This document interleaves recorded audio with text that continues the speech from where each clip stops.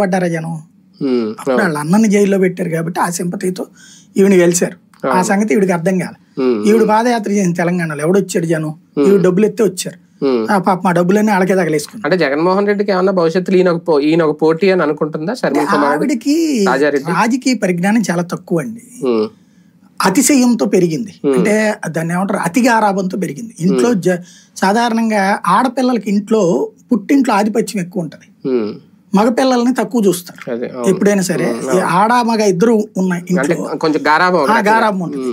ఎందుకంటే రేపు అత్తారింటికి వెళ్తే ఇబ్బంది పడుతుంది, అక్కడ ఎట్లాగో బాధ్యతలు ఉంటాయి, ఇక్కడ రిలాక్స్ అవనీలే అనేటటువంటి ఫీలింగ్ ఉంటది.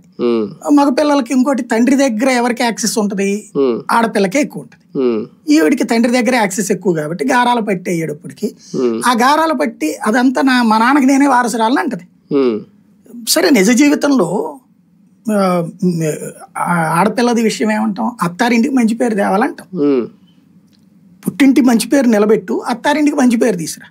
ఇవిడ అత్తారింటి పేరే తీసుకురాదు, నెంబర్ 1. రెండోది, ఇప్పుడు నాకు అర్థం కాదు ఏంటంటే, జోక్ ఏంటంటే, పుట్టింట్లో అత్తింట్లో ఆడపిల్లలకు ఒక్కటే వచ్చిన వెసులుబాటు ఏంటంటే, ఆడపిల్లలకి ఒక్కటే ఈ రాజకీయ ఆడపిల్లలకి అంటే రాజకీయ ఆడపిల్లలకి వరకే వచ్చిన ఒక స్పెషల్ లక్ ఏంటంటే,